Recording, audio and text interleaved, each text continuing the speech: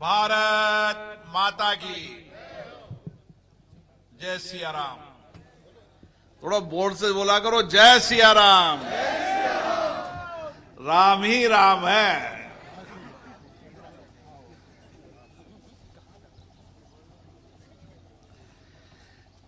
काफी सालों से हनोतिया और जेथल पे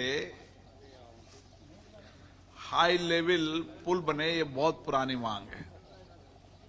मुझे पता है कि हमारी चंद्रकांता जी पिछले 3-4 साल से लगातार प्रयास कर रही थी। 1 बना, 2 बना, 3 बना, 4 बना। एक बार राज्य सरकार ने स्वीकृत की तो पैसा कम किया, उससे पुलिया नहीं बन पाती थी। इन्होंने मुझसे कहा कि राज्य सरकार तो 6 करोड़ से ज्यादा नहीं देना चाहती। मैंने कहा लगना कितना है कि 18 करोड़। मैंने कहा 18 करोड़ तो गवर्नमेंट ऑफ इंडिया से आएगा। और 18 करोड़ की ये पुलिया का आज हुआ। कल मुझे मिले थे। हमारा कार्यकर्ता कई बार कितना वो होता है। कल मुझे नाम बता दूं ना बताऊं? कल परसों तो मुझे मिले बागदा की पुलिया पे। तो हमारे मंडल देव जी बहुत दुखी थे। वहां की हनोतिया जेथल की पुलिया को काय हो। मैंने कहा कि भाई जब टेंडर हो गया तो बनेगी सही, बनेगी सही न, लेकिन पहले बन जाओ। और जब मैं पहले और बाद में बन जाओ तो क्या फर्क पड़ता है कि न साहब मां की इज्जत को सवाल। कल मुझे नागर साहब और नेताजी मिले। क्या नाम है? महावीर जी मिले। और कौन कौन मिला था?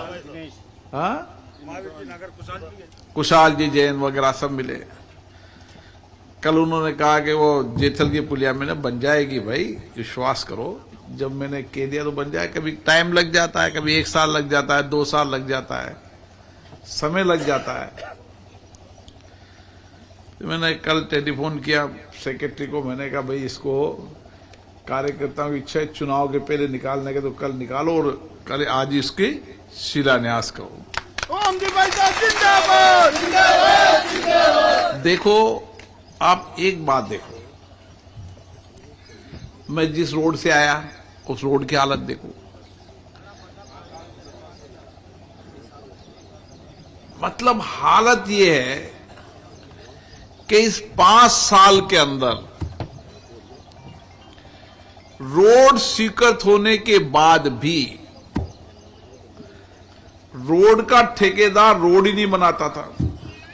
आधा बनाता, भाग जाता था, फिर बनाता। मैंने कहा भाई क्यों? कि साहब पैसे नहीं मिल रहे, सरकार के पास पैसे नहीं है। क्यों मेरे भाई, गलत बात है क्या? आधा बनाए भाग जाए, आधा बनाए भाग जाए, पैसे नहीं है। पैसे मिले तो बनाओ, या कॉन्ट्रैक्टर छोड़ दे कि साहब कमीशन ज्यादा मांगते हैं।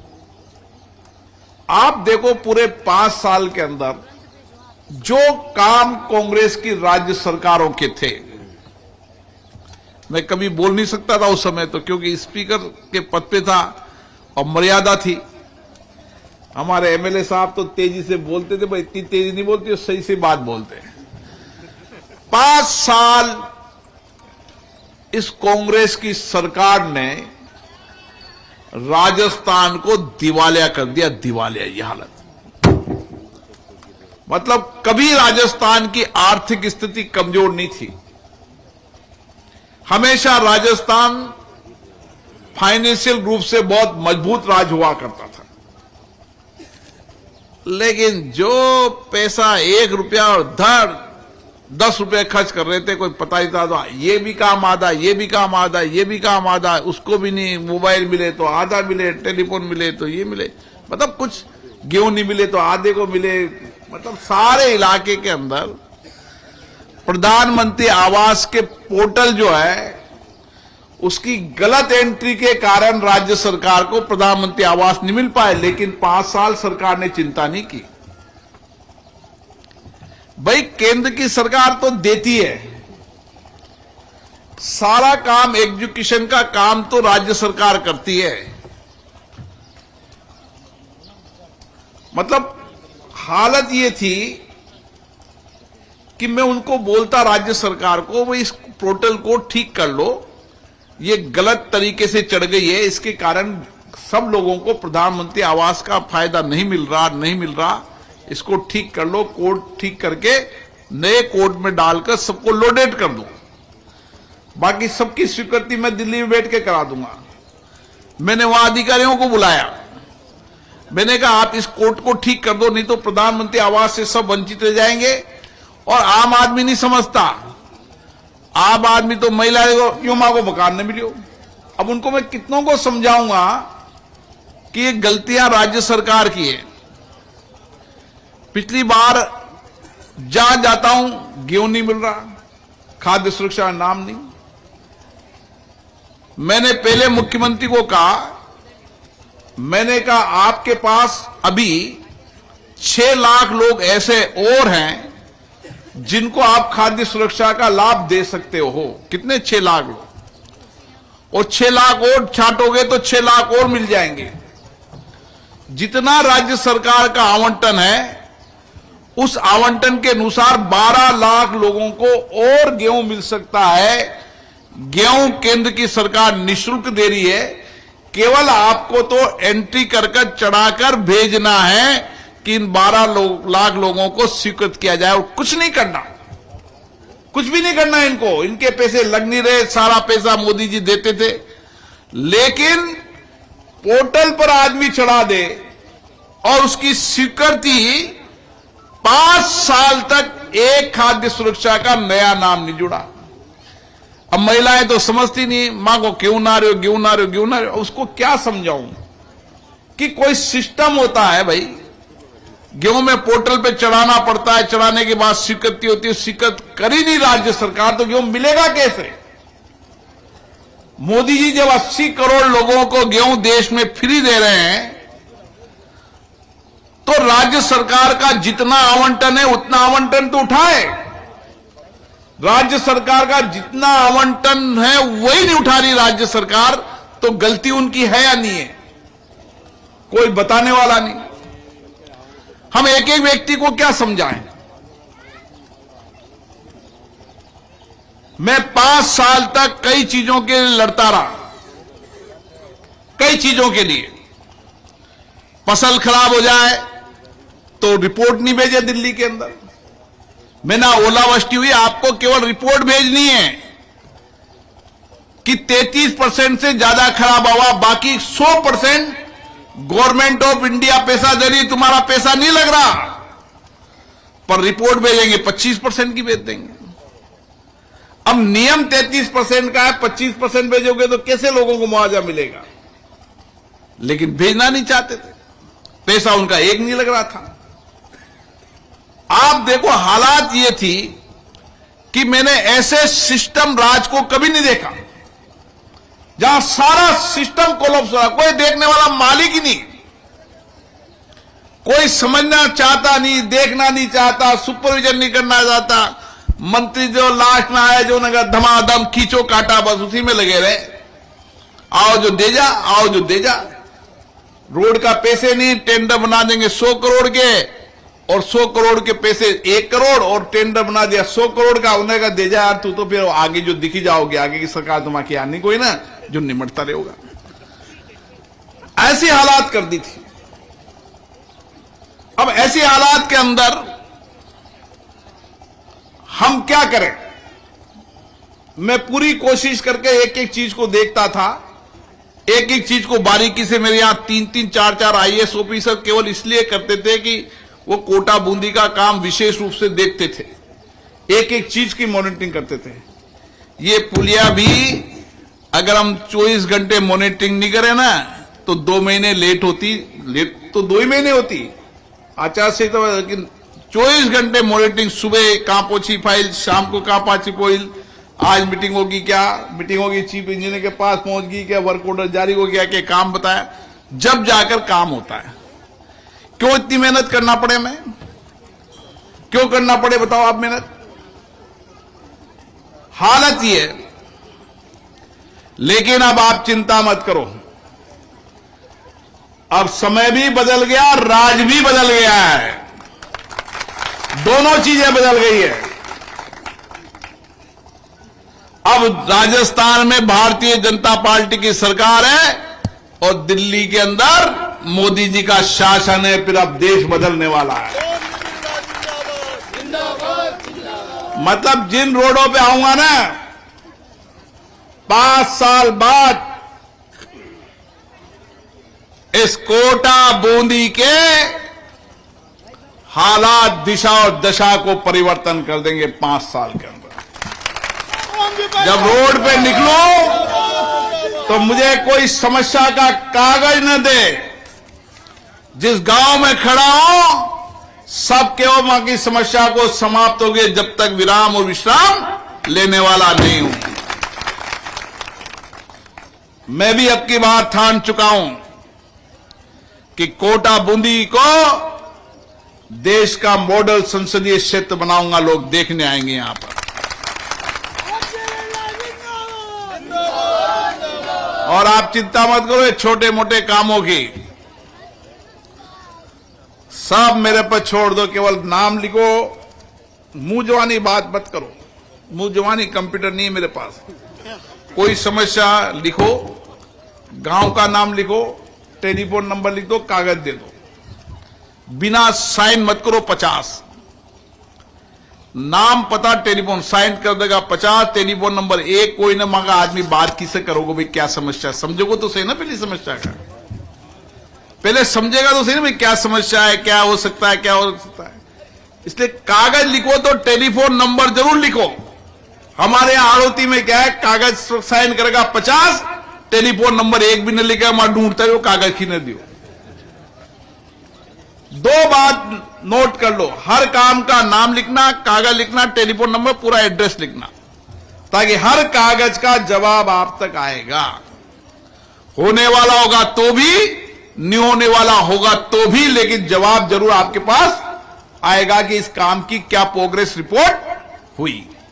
सिस्टम होता है ऑफिस का, एकदम परफेक्शन सिस्टम करेंगे। कागज दिया, होने वाला है तो कब तक होगा, क्या परेशानी है, क्या दिक्कत है। मैं नहीं कहता कि मैं आज कागज दोगे तो आज 1 महीने के अंदर करा दूंगा। मैं नहीं कह रहा दावा, मैं झूठ भी नहीं बोलता हूं। चाहे चुनाव के अंदर कोई कुछ करे, मैं कभी झूठ नहीं बोलता हूं। आपने कागज दिया है, जो मुंह से बोल गया वो होगा। टाइम जरूर लग सकता है, लेकिन होके जरूर रहेगा। मैं पिछली बार 7 साल पहले गांव में फंस गया ऐसे ही। गांव में बैठे बैठे शाम को बैठा था, बेटे बेटे कह दिया कि यहां पुलिया बनेगी। अब पुलिया वहां गांव में कैसे बने? गांव कनेक्टेड रोड में पुलिया बनी नहीं सकती, कहां से पैसा आए? कह दिया। 7 साल लगे उस रोड को एमडीआर रोड घोषित किया, गवर्नमेंट ऑफ इंडिया से पैसा लाया और वो पुलिया का 2 दिन पहले बागदा पुलिया का शिलान्यास किया। ये भी बहुत दिनों की है अनोत्या जेतल भी। हाँ, देखे आए थे ना, अनरेटा जानवी बराना भी वाया जेतल। आप चिंता मत करो, मैं इस इलाके को बहुत पहले से जानता हूं। युवा मोर्चा था जब से आता हूं। इस इलाके के अंदर रोड कनेक्टिविटी, मंत्री जी को बुलाया था पिछली बार, सिंचाई मंत्री को। मैंने कहा छाटो कोटा बूंदी के अंदर हर खेत तक 5 साल में पानी पहुंचना चाहिए। कैसे पहुंचे, ये हमारी जिम्मेदारी है। अब गांव का टेल का व्यक्ति पानी का इंतजार न करे, सही समय पर, सही उपयुक्त समय पर पानी पहुंचे, इसका प्लान करना है। 5 साल में थक गया हूं साहब, पानी अठी आ गयो, उठी रुक गयो, उठी रुक गयो। फसल का टाइम पानी आया नहीं खेत पे, टेल क्षेत्र में पानी आया नहीं, लड़ते रहते नहीं, कोई नहीं। कब पानी पहुंचेगा, कौन सी तारीख को पानी पहुंचेगा, कब तारीख पानी की आवश्यकता है, किसान के साथ बैठेंगे, तारीख तय करेंगे, उतनी तारीख को पानी वहां पर उस खेत तक पहुंचेगा। यह सिस्टम जमाने की आवश्यकता है। मैं गांव में एक ही बात कहता हूं, सब गांव के लोग एक साथ बैठो, गांव में चर्चा करो। भाई ये बड़ी समस्या है, बिरला जी को पहले नंबर 1, 2, 3 बताएं। होता क्या है गांव में, सरपंच की समस्या भी मैं बता देगा, एमएलए वाली भी मैं बता देगा, पंचायत समिति भी वाली मैं बता देगा। अभी चुनाव से दिल्ली का यो खरंचो इतो सो बनने जो सरपंच को काम जो कि बिरला जी खरंचा नहीं बना तो बहुत मुश्किल आएगी। मुझे काई समझाओ खरंचा का चुनाव तो पंचायत का हो जब खरंचा दिल्ली को संसद बना बनाएगा फिर पंचायत का चुनाव क्यों करा, फिर मुझे सरपंच जी बन जाऊं ना। जिसका काम जो करेगा ना। मुझसे कहते थे भाई साहब आप तो इतनी जगह बैठे जो ऊपर, हाँ मैंने बैठे जो, फिर आपकी कौन ने सुना, मैंने कि राजस्थान सरकार आपनी कोई ना, तो राजस्थान की सरकार लाओ, आगे ये सरकार आप चिंता मत करो। आपने एमएलए साहब को तो नहीं बनाया, बनाना चाहिए था, लेकिन मैं आपका एमएलए भी और एमपी भी हूं, चिंता मत करो आप। क्या बदल देंगे, देश बदल रहा है जी। सबसे ज्यादा मैं नहीं कह रहा, मैं कह रहा हूं देश बदल रहा है, देश। ये चुनाव देश को बदलने के चुनाव हैं। ये चुनाव नए भारत, विकसित भारत बनाने के चुनाव हैं। देखो समय कितना बदल रहा है, 500 साल तक लड़ते रहे, राम मंदिर के लिए लड़ते रहे, नव मंदिर बना नहीं बना बताओ। 370 से 75 साल से लड़ रहे थे, 370 हटी ना हटी। अंग्रेजों के कानून से कानून चल रहे थे, नए कानून भारत में बने नहीं बने। 3 तलाक, अंतर जातियों धर्मों के आधार पर अंतर, 3 तलाक समाप्त हुआ नहीं हुआ। कहां देश बदल रहा है जी। दुनिया के अंदर भारत के प्रधानमंत्री सबसे लोकप्रिय प्रधानमंत्री क्यों हैं? क्योंकि उन्होंने देश को आगे बढ़ाया, अपनी पूरी जिंदगी देश के लिए दी है। अरे इस उम्र में भी द्वारकाधीश के दर्शन करने के लिए कोई जा सकता है समुद्र के अंदर? वो मोदी जी जा सकते हैं जिनका इतनी धार्मिक आस्था है। फिर अपन कांग्रेस के एक नेता मुझे मिले कल, उन्होंने कहा भाई साहब हमारे सामने दिक्कत यह है कि हम प्रचार करने जाएं तो क्या कहें लोगों से, भाई हमें वोट दो तो क्यों दे। मैंने कहा क्या बोलोगे? हम ये कहें कि राहुल गांधी जी को प्रधानमंत्री बना तो जनता मानती नहीं है, हंसती है जैसे आप हंसे।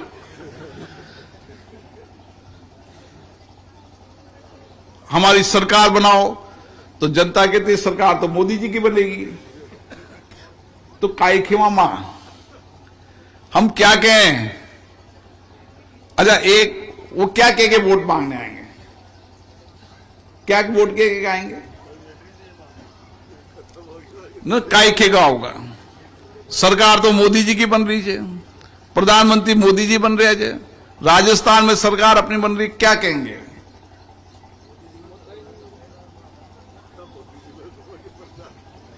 इसलिए हर गांव के अंदर हमें निकलना है, छोटी मीटिंग करनी है, बात करनी है, महिलाओं पुरुषों को समझाना है। ये चुनाव देश को बदलने के चुनाव है। मोदी जी को प्रधानमंत्री बनाने के लिए जितनी कड़ी मेहनत प्रधानमंत्री जी देश के लिए करते हैं, हमको भी देश बनाने के लिए इतनी कड़ी प्रधानमंत्री मेहनत कर मोदी जी को प्रधानमंत्री बनाना। अपनी सारी टेलीफोन डायरेक्टरी खोल दो, कोई चित्तौड़ में, कोई बारा में, कहीं भी रहता हो उसको सब जगह को भैया मोदी जी को प्रधानमंत्री बनाना है। अपनी टेलीफोन डायरेक्टरी खाली कर दो। रिश्तेदारों मोहल्लों के अंदर अपना आप निकले। 1977 के अंदर जब लोग जेल से निकले थे, कोई संगठन नहीं था, कोई मंडल नहीं था, कोई कमंडल नहीं था, जनसंघ के जमाने के लोग बैठे हैं, निकले गांव गांव और इंदिरा जी के शासन को धुआं की तरह निकाल दिया, तूफान की तरह। निकाला नहीं निकाला? ऐसे इस चुनाव को लड़ना है। हर व्यक्ति को अपनी सामर्थ्य से, अपनी मेहनत से, जितनी सामर्थ्य उतनी मेहनत है, जितने हमारे प्रधानमंत्री जी देश के लिए करते हैं उतने ही 18 घंटे में मोदी जी को प्रधानमंत्री बनाने के लिए मेहनत करना चाहिए, नहीं करना चाहिए? बताओ, कौन किसको कहेगा भाई साहब का ये आदेश है? देश के प्रधानमंत्री जी का आदेश है, उनकी चिट्ठी हमारे पास है कि देश में मोदी जी को प्रधानमंत्री बनाना है, इसलिए पूरी ताकत से निकलो। ये देश बदलता देश है। लोगों को लगना चाहिए कि यहां से लोकसभा अध्यक्ष चुनाव लड़ रहे हैं, ये देश को भी पता चलना चाहिए ना। सारा गांव का गांव जब तक वोट न देगा लोग काय के होगा यार बिरला जी, तंगा गांव में ड्यूटी जहां कैसे के लोग आए। हाँ, इसलिए आप चिंता मत करो, बाकी काम मेरे पे छोड़ दो। जो काम बचे हैं मैंने आपको बड़े परिप्रेक्ष्य में कह दिया है। 5 साल के अंदर कोई काम बाकी नहीं छोड़ेंगे। अरे भाई साहब, मैंने एक बड़ी बात कह दी ना आपसे, 5 साल के अंदर कोई काम बाकी नहीं छोड़ेंगे। मीटिंग करो, गांव में समस्या लिखो, समाधान करते जाएंगे। ठीक है ना? राम राम।